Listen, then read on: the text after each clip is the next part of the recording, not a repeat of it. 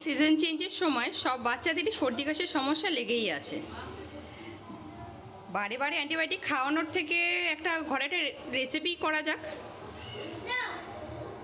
আজকের এই রেমেডিটা শুধু বাচ্চাদের জন্য না, এটা বড়রা ট্রাই করতে পারো। বিশ্বাস করো, এটা ট্রাই করে খুব উপকার পাবে তোমরা। চলো তাহলে রেমেডিটা স্টার্ট করা যাক। প্রথমে আমরা একটা প্যান নিয়ে নিয়েছি।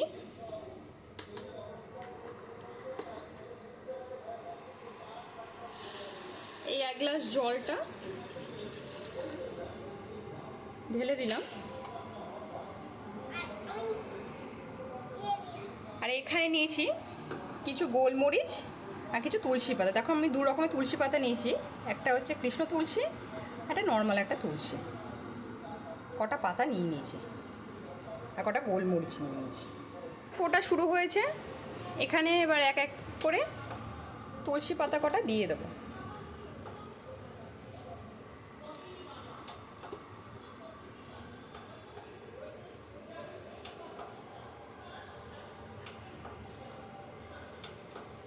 গোলমরিচ কটা থেতো করে দেবো। আমি এটার মধ্যে গোলমরিচ, তুলসী পাতা আর জলটাকে ফুটতে দিয়ে দিয়েছি। এটা গরম হয়েই এসছে, এটা গরম হতে থাক। ততক্ষণে এর কিছু উপকারিতাগুলো আমি তোমাদেরকে জানিয়ে দিই। এটা ঢেকে ঢেকে করতে হবে, নাহলে তুলসী পাতার যে গন্ধটা বেরিয়ে যাবে। থাকবে যতক্ষণ এই 1 গ্লাস জল ফুটে ফুটে হাফ গ্লাস জলে এসে পরিণত হবে। দেখো আস্তে আস্তে কালারটা চেঞ্জ হয়ে যাবে। এটা বাচ্চারা কীভাবে খাবে এটা এবার বলবো। চেঞ্জ হয়ে যাচ্ছে, হালকা গ্রিন কালার চলে আসছে। গোলমরিচ শুকনো কাশি, কফলা কাশি সব কিছুতেই খুব ভালো কাজ করে। তুলসী পাতার মধ্যে থাকে anti bacterial, antiviral, anti fungal infection থেকে তুলসী পাতা আমাদের খুব বাঁচায়। ইমিউনিটি বুস্ট করায়, ভিটামিন সি, জিঙ্ক এই ধরনের জিনিস তুলসী পাতার মধ্যে থেকে থাকে, যা প্রচুর পরিমাণে ইমিউনিটি বুস্ট করে, যার জন্য যে কোনো ধরনের অ্যালার্জি বলো, জ্বর, সর্দি, কাশি, বুকে জমে থাকা কফ, এই সমস্ত কিছু ইনফেকশন হয়ে যাওয়া এই ধরনের জিনিসগুলো কম করতে খুব হেল্প করে। এটার মধ্যে থাকে ক্যানফেন্স, সিনন, ইউজিয়ন, এই 3 ধরনের কেমিক্যাল, যেগুলো এই সমস্ত প্রবলেম থেকে সর্ট আউট করতে খুব সাহায্য করে। বড় কোনো সমস্যাতে না নিয়ে যেতে এই তুলসী পাতা খুব কাজ করে। এবার দেখো আমাদের এই তুলসী পাতাটা অলমোস্ট হয়ে এসছে, খুব সুন্দর একটা গন্ধ বেরিয়েছে এর থেকে। তোমরা ট্রাই করলে এটা বুঝতে পারবে। এটা হয়ে এসছে, এবার অফ করে দিলাম।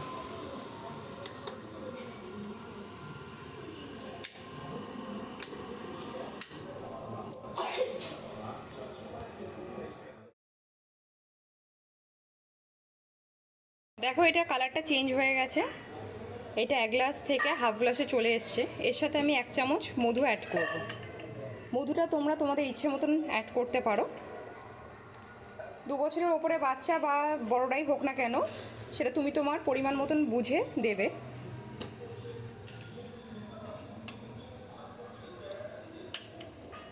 আর 2 বছরের নিচে বাচ্চারা থাকলে এটা 5 চামচ।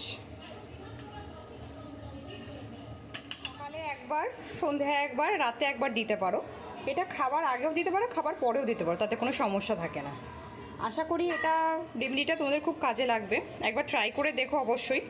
সর্দি কাশি সব কিছু থেকেই রিলিফ পাবে, কিন্তু অবশ্যই হালকা একটু গরম থাকা অবস্থায় সেটা খাওয়া হবে। টাটা, দেখা হবে আবার নতুন কোনো ভিডিওতে।